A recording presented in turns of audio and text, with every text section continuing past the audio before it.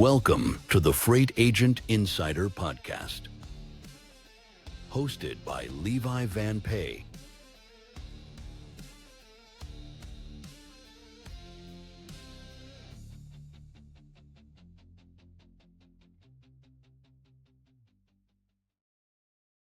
All right, everybody, we are live. We're back.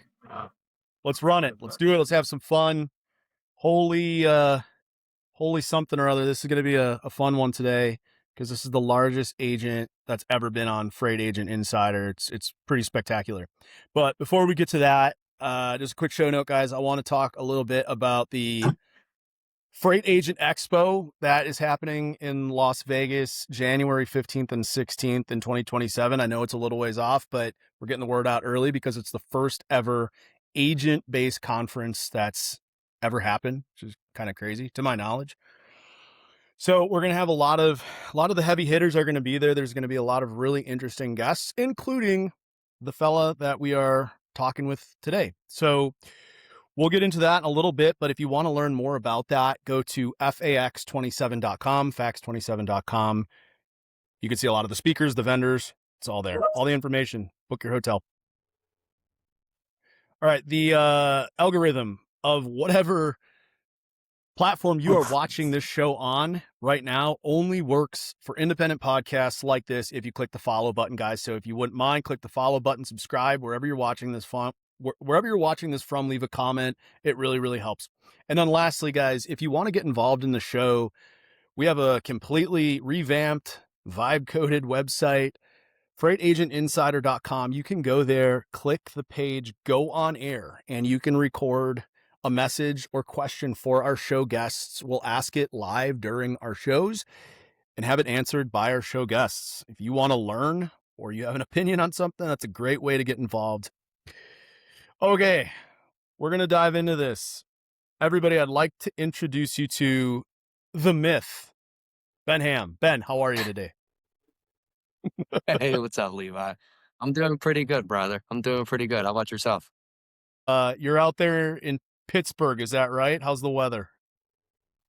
Yes, sir. It's warm, but it's shitty. It's pouring down rain. It's supposed to rain from now until Tuesday, I think. But, it's kind of like par for the course up here. We get roughly 50, 60 sunny days. We actually get less sunny days than Seattle. So it's one of the cloudiest, least sunny cities in the country.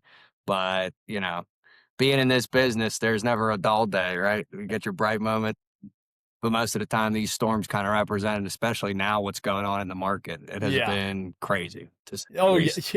Yeah. That's a great segue to to get into this. Ben, tell us a little bit about yourself. Who exactly are you? How did you get your start in this? Yep. So been doing this. It'll be 11 years, August 1st. Crazy enough, I was getting ready to be a city firefighter. I was a bartender. One of my regulars was a business development guy for a company that most people, or at least the carriers, definitely don't like, R&R Express. And, he was one of my regulars, said, "Hey, man, you'd be good at this freight broker thing." I asked him how it works from an agency model standpoint. And he's like, you go out, you get your own customers. It's all commission. You make a bunch of money. And I'm like, okay, you hit me with this scam later. Like, I'm from the north side of Pittsburgh. I know something too good to be true when I hear it. That's right. And then he got one of our bartenders to start the guy couldn't pour a Jack and Coke. And he said, "Hey, man, yeah, Dave made $1,200 last week." And I said, "Well, shit, if he can do it, I definitely can. Sign me up." And got started August 3rd, 2015. Honestly, a terrible time for anybody that was in the business at that point. We were coming off of a little bit of a boom with, especially flatbed. Flatbed's my focus. But we were coming off of a boom from the whole like Marcellus shale revival and everything like that. The steel industry was in the absolute tubes because China was dumping steel. So there was a lot of domestic producers really struggling. So it was definitely pretty interesting to get started. But, on cold calls, I had a little bit of success, picked up a couple customers in my first 2 weeks. Also had a friend who put me in contact with his mom, who was a logistics coordinator. And, it was a grind for like a month or two. Then you the crazy part is I found out in this business, if you just do what you say you're going to do, people are shocked. Yeah. Ours isn't really set too high. Yeah. But that also goes with drivers, right? Right. The first load I ever booked, I had time on it, but I had a fall off. I had a miss. And I called the driver because in the morning I booked it with dispatch and nobody taught me. I was sitting at a desk by myself. And I booked it with dispatch and I called at 4 p.m. to say, hey, what time did it get loaded? And they said, oh, yeah, we're not picking that one up today. And I said, well, what do you mean? I was paying you $3,000. Like, how are you going to turn down $3,000? Oh, well, driver, insert this excuse here, right? Driver found a better what he did. It was a load of brick from Kansas to Pittsburgh. We just did what we said we were going to do. Yeah, man, that's you hit the nail on the head. The bar is set very, very low. I've talked with a lot of agents over the years, and it seems like the one common denominator seems to be consistency. But the very uncommon piece of this entire thing is a guy like yourself that, yes, you were consistent and you did what you said, but you blew up to, I hope you're okay with me saying this, like $1 million a month in profit. That's not revenue, but profit. How did you scale Yep. your business so quickly, coming from the bartending space, which another denominator commonly in this space is agents that come from a service background? I can't tell you how many times that happens. I don't even know what that is. And if you want to elaborate on that, is it just like the ability to conversate? But it's crazy. I think the biggest transfer for it, right, is in the service industry. I mean, bartending, yeah, you're you're a little bit more hands-on and responsible for things. But when you think about somebody who's like a server, there's a lot of stuff that's out of your control. And the only thing you can do is try to make people that you're waiting on their experience better, right? If you're a server and cooks and the food comes out wrong, that wasn't your fault. But if a customer's upset, you can't just say, well, that wasn't my fault. That's the cook. He's it's about accepting blame, even if it really isn't yours. So, that's a hard thing, I think, for a lot of people to deal with in this industry is you can do everything right. I mean, you can look at carrier that the lane makes perfect sense, that's supposed to be empty at this time, that will make the pickup by that time. You did your check calls, you did everything, all your due diligence, you got your appointments. And when it comes down to it, there's somebody else anywhere from 10 miles away to 3,000 miles away that is really the one that's kind of in charge of what you're going to do. That's right. So, and what your results are going to be. And when they don't do that, it's very easy to tell a customer, well, I did A, B, C, D, E, F, G, but the carrier didn't do this. Because when it comes down to it, they don't want to really hear your excuses. They want to know what you're going to do. Like, it doesn't really matter if you didn't get it, if you didn't get it picked up, they don't want to hear why you didn't get it picked up. They want to know, well, what's the, what's the plan? What's the recovery? What's going on here, right? So, in terms of scaling, in the beginning, I did it myself. Then I added a couple people. Then I gave a couple people jobs in other places. Then I added some more people. And, it really got going in earnest during the pandemic, just like I know the people did. And at that point, most of the people that work in my office are actually friends, family, or friends of family. I do have a group in Serbia that a lot of people are familiar with, Mr. Alex Bates, helped me form. But even those were all his former coworkers or friends. It's a pretty tight-knit circle. And to quote the former Steelers coach, we have a certain standard, and the standard is the standard. And if you can't live up to that standard on a daily basis, then you're gone. So, because when it comes down to it, again, in this business, all it takes is for you to not do what you're supposed to do.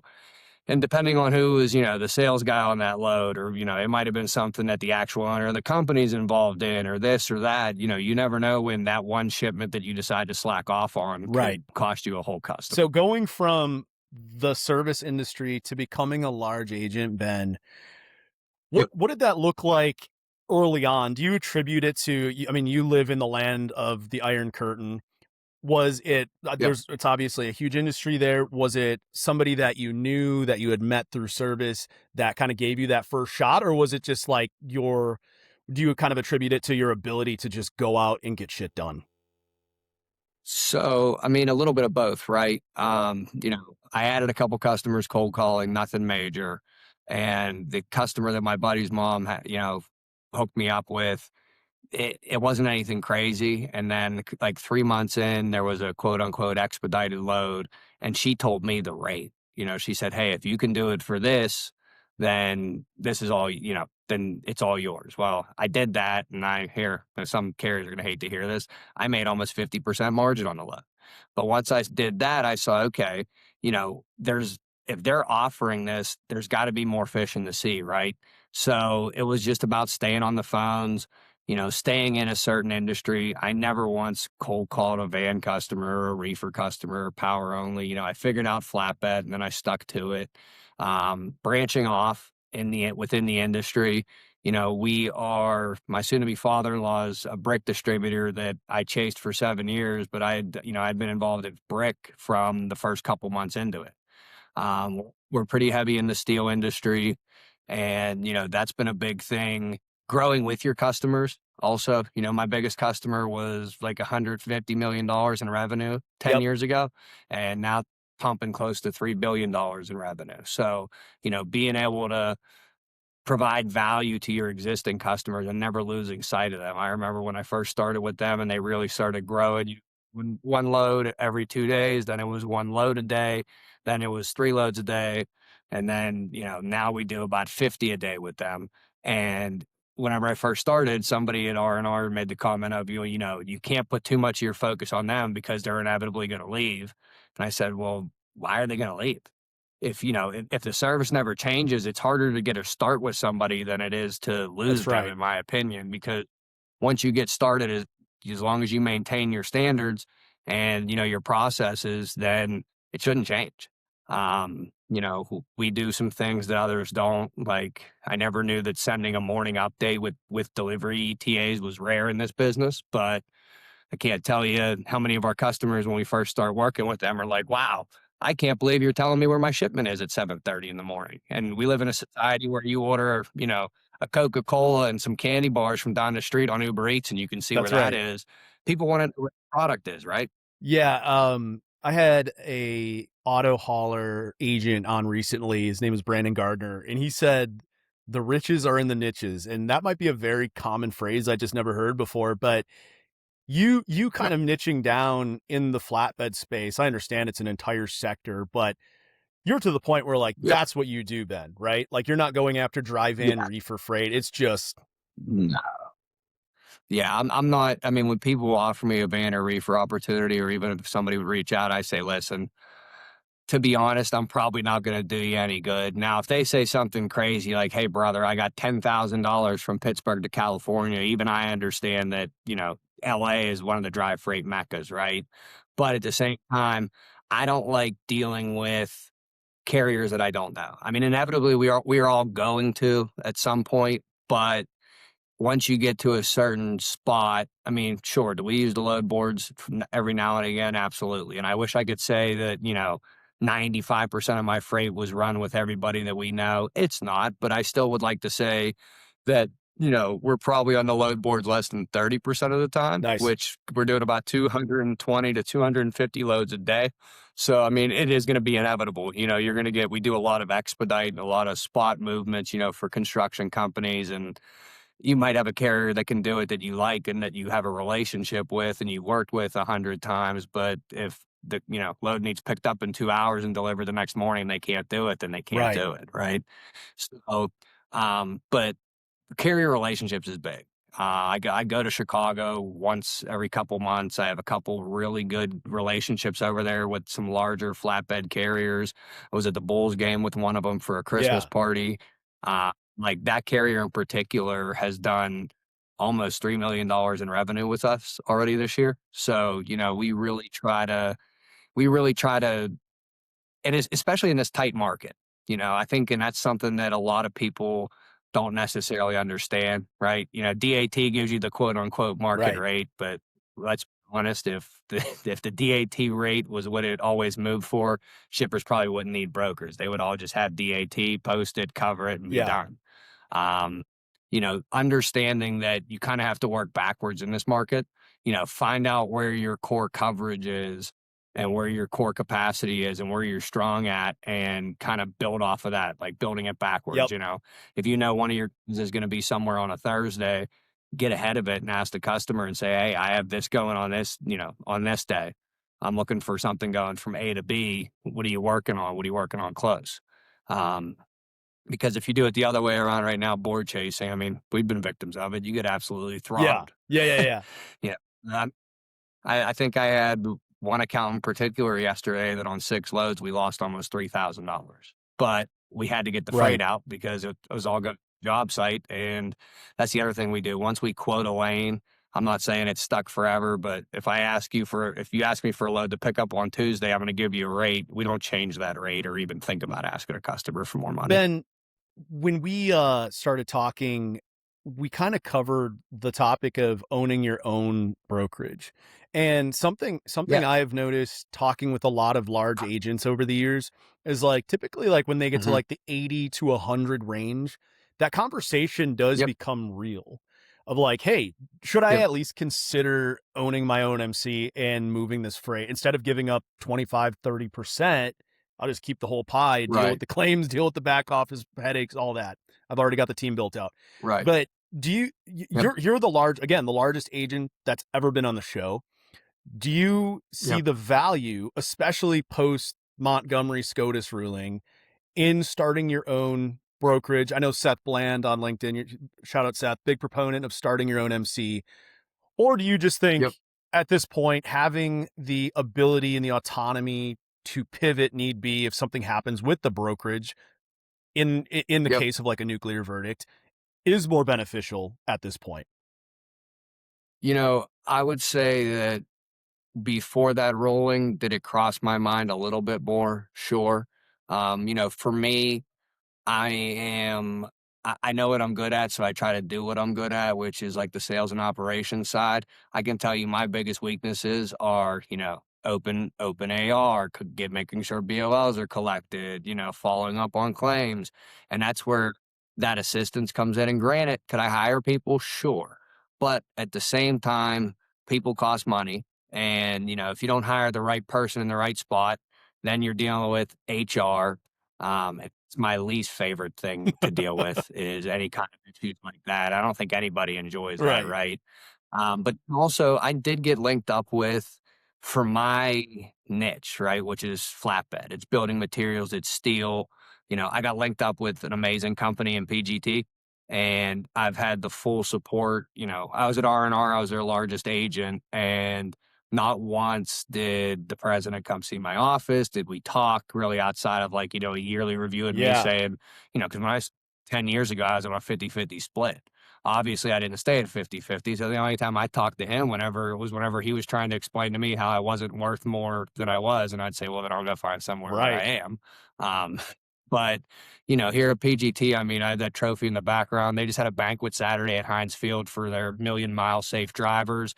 They have 1,000 flatbed trucks with 30 terminals. So we're able to utilize their assets for our customers, right? So I get the backing of 1,000 trucks.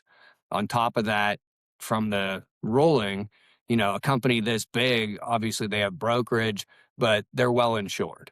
And knowing that you have somebody like that, that has your back, we carry, I think it's a $7, and it's way more than what's standard. It's a $7.5 or $8 million contingent liability policy, as well as another $5 million in general liability and $3 million in work comp. So, those are insurances that, especially with this ruling, the cost is going to go up. So, I just think that from a time, everything's a trade-off in life, right? So from that time money trade-off, what would be my quote unquote percentage if I was making 100%? Would that even, how much more than what I'm at now would I actually possibly get? And do I want to put in that time and effort to squeeze another 6, 7, 10%? I mean, could it work? Sure. But at the same time, I mean, especially with how things are evolving, nobody has anything like what C.H. Robinson's IT department is, but GT has, 15 people in IT, right? So, and that's going to continue to go up. There's just a lot of things that I'd rather pay somebody else to do.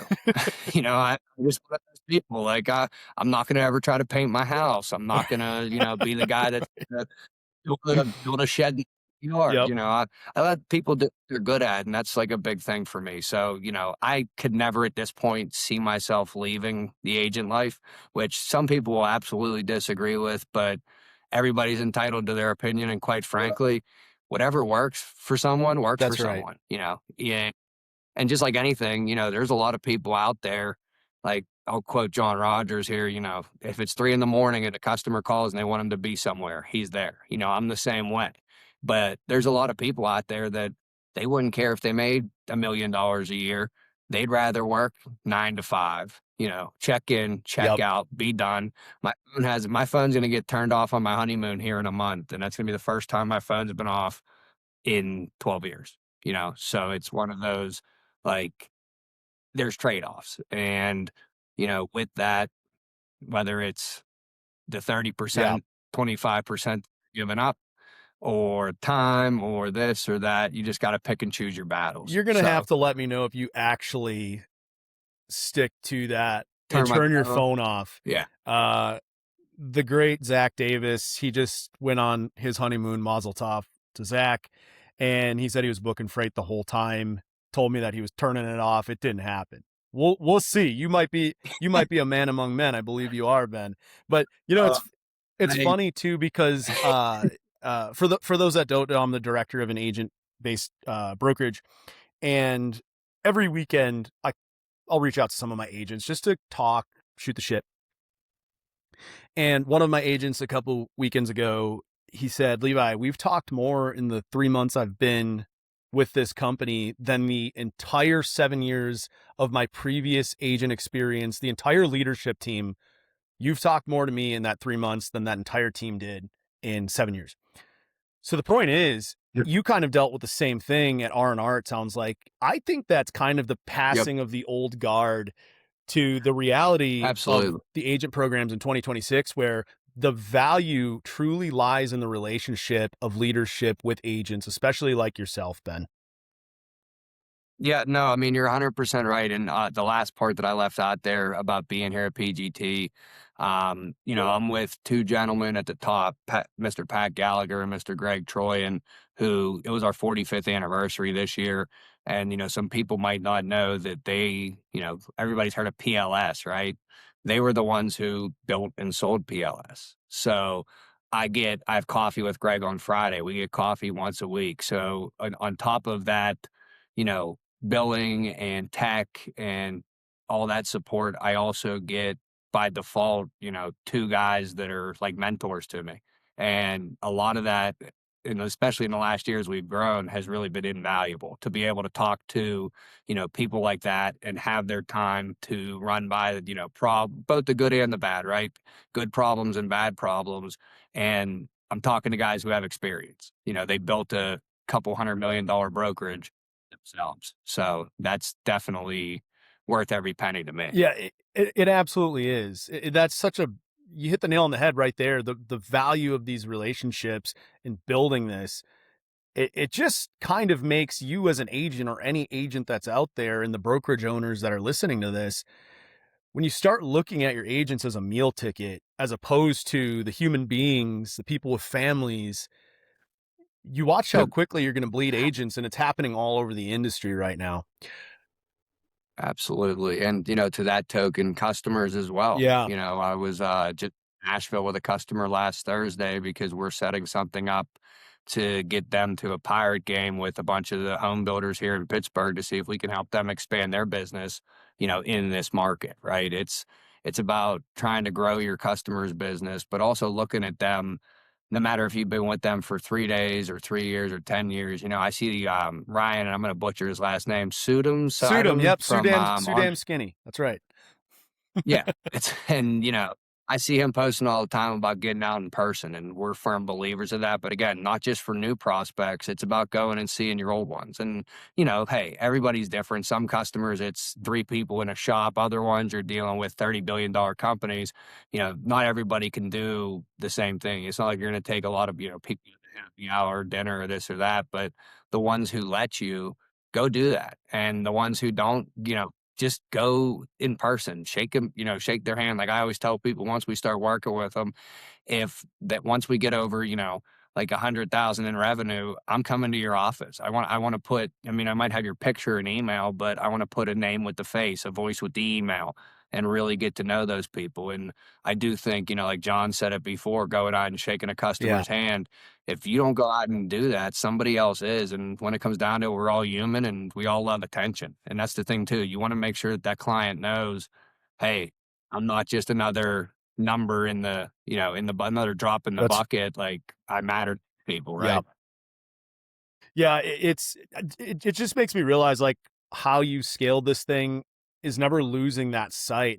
And it might be easier to lose sight of that as you grow because the money coming in is substantial, but treating every single customer like a human being and remember that everybody loves to feel important. It's so valuable. All right, Ben, we need some tips, man. There's agents out there watching that are doing 80, 100, maybe 150K who really felt like they were big dogs. And now we're talking to somebody who's doing $1 million a month in profit. We need tips. How do you scale? And I'm not talking about maybe scaling to your size, but even getting over the hump of 25K to 50K or 50K to 100K. How do we get there? The first thing is you can't be the most sensitive nerve. My high school teacher said this, the most sensitive nerve on a human being is their pocket nerve, right? So if you're a one-man show, you inevitably are going to hit a wall, and you know what? You're going to have to give up some money to gain some money. And by that, I mean hiring. You have to hire the right people. You have to, figure out what you would be best off subbing out. If you're an operations guy who loves dealing with the carriers, add a salesperson. If you're somebody who prefers to be talking to the customers and you think that that's your jam, and if you have to hear another carrier ask you for $500 more than what you're offering, then add an ops guy. And it doesn't necessarily have to be somebody with a ton of experience. It just has to be somebody who's willing to, especially in the beginning, put in the time. I met a gentleman in Nashville last year, and that kind of really hit home with me.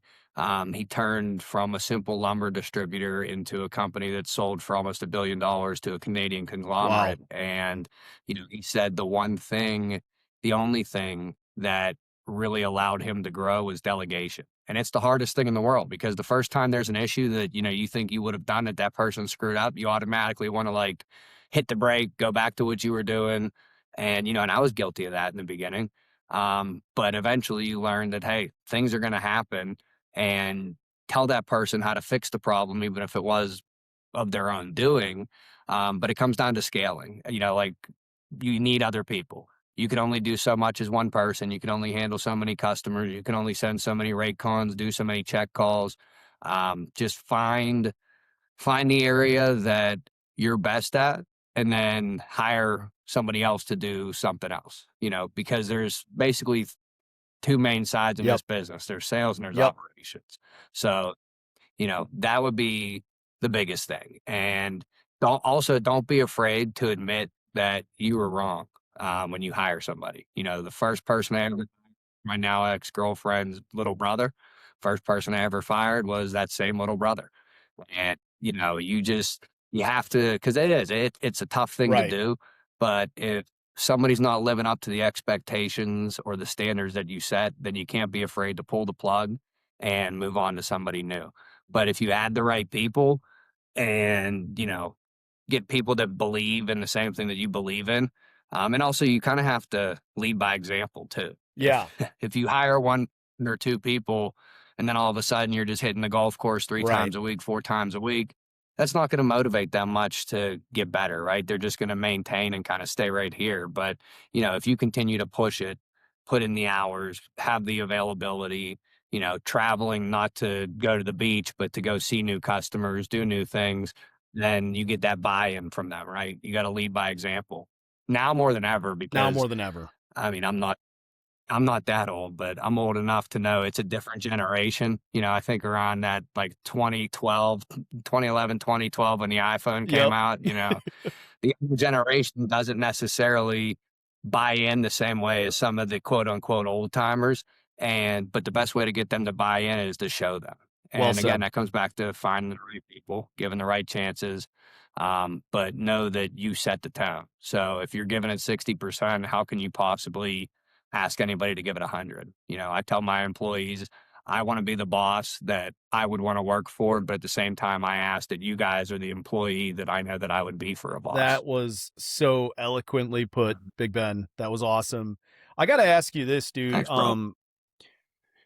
Especially coming from your background of service and almost firefighting, which, by the way, was my background. I was actually, Okay. yeah, I was EMT to almost firefighter to service to freight, an absolute jumble of a journey. The nail on the head was absolutely hit when we were talking about scaling the business and hiring. You have to take your hands off the Yep. wheel and trust somebody else.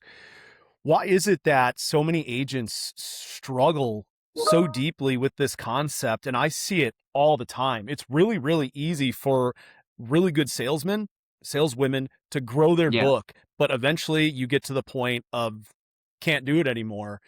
And they just have like no, this is not everybody, but a lot of them have no idea how to do what you've done with scaling the business because it's an entirely separate thing. Talking to customers is one thing, scaling that operation is another thing within an Yep. agency. How did you learn how to do it? Trial and error, brother. Honestly. Yeah. I wish I could say something better. I got lucky with one of my first hires who is now at Kirk Trucking. Because briefly I was a dual agent for R&R and Kirk Trucking. I kind of built up their brokerage from zero to about at the time 25,000 a week in margin with their existing customer base. I let him stay there because it was a better opportunity for him from a financial standpoint. But so there's a little bit of luck. You find somebody, but again, it comes back to that. Know what you're looking for whenever you're like, hey, if you got somebody who's your friend, but they do certain Yeah. things that going to translate well, like we're all adults, right? So it's not like we're the mold kids from 12, 13, 14. If you knew somebody who wakes up every morning at 5:30 in the morning and goes to a job from 6 a.m. to 6 p.m., and never misses, never calls off, never is out with the boys on a Friday instead of going to work, those small good habits tend to translate well. And this business isn't rocket science. Quite frankly, it's pretty fucking easy. Yeah. And it's just about listening. You need somebody who's going to listen. If they're a person who every time again, not even in the workplace, but if you're out hanging out and every time you suggest something, they put it down, good luck getting them to listen to you from, in the work environment, right? You want people that have an open mindset, but the biggest thing to me is just in this business, it's just showing up when you say you're going to and doing simple things that you're asked of. So, at least from an operations side of things, you don't need a degree, obviously. I'd say out of my office, here in the US, I got 20 some odd people, and I would say 6 of them have college degrees.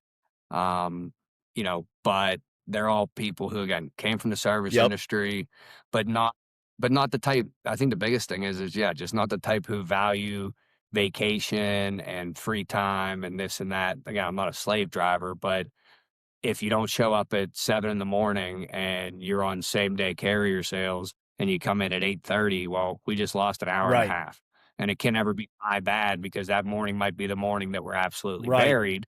And then it's a load, and then that load's for an important customer. And then it goes back to what I said of, you never know which load is going to be that one that breaks your customer's back or puts you in a bad spot or whatever it may be. So yeah, I mean, the biggest thing is just consistency, finding people who, and then other part of it is if you took what I pay my employees compared to quote unquote industry standard, every single one of them is overpaid. I say overpaid, but you know, that's just compared to a standard that somebody else set. And I reward hard work because again, you can't scale without the people. So if you don't pay the people, what's the incentive for them to keep doing the same kind of grind you're doing day in, day out? You know, and don't get me like we go out as a company here and there, but it's not like we're doing, Friday ping pong and beer days in the afternoon. It's not like that. Is But there a yeah, gong in that's the office, or are you gong free? absolutely, absolutely not. No gong at I all. had to No, I ask. mean, but the other thing too is, and then here's another common denominator. I'd say out of my whole group, the majority of them played at least high school, if not college sports too. Athletes tend to, especially once you get up to like the collegiate level, it's usually not just that you're driven because mom and dad said to do something or a coach said to do something. There's typically some self-drive there. Yeah. And I think that's been, my best outside of one, if you want to go with my top three, my top salesperson was a collegiate diver. My top three carrier salespeople, one played collegiate hockey, the other played collegiate baseball, and the other one's my soon to be brother-in-law he was one of those guys that was up at 5 a.m., worked 70 hours a week, used to run an excavator. But he does great, especially in heavy haul. We do a lot of heavy haul, and I get a customer calling me, and they don't, they used to have to tell me the DIMs and this and that. They say, "Hey, brother, we got 336," and he knows exactly what it is because he used to run one. So, but yeah, that athlete. But again, he played high school hockey, so it's a little bit of a mix, right? Service industry, sports, because that tends to be a pretty good personality fit. And then the part of that is they're used to being on a team. Yeah. And you kind of got to get people in like, hey, if I don't do my job, I just fucked my teammate. And, that's another big part that I think a lot of people lose is it's not about the individual, it's more about the collective because not one person can do it all. I think another, maybe even third facet to that, because I came from that background as well of being an athlete. One thing that I've always, for myself, attributed to like any amount of success that I've had up until this point is being coachable.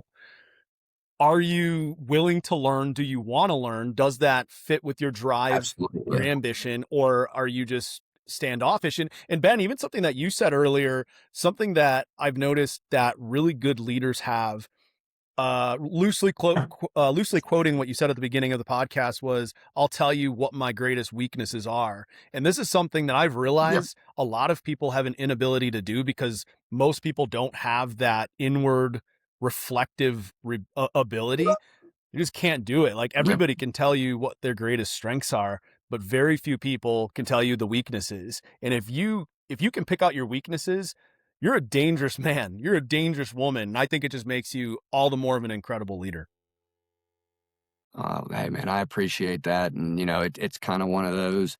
Again, when I started at R&R, actually the first time I saw the president, Rich Francis, we were at the 1 year banquet, and it was during college football, and Penn State was playing Ohio State, and I was rooting for Ohio State, and at the time I was maybe in the bottom 10 of his agents because I'd only been there for a couple months, right?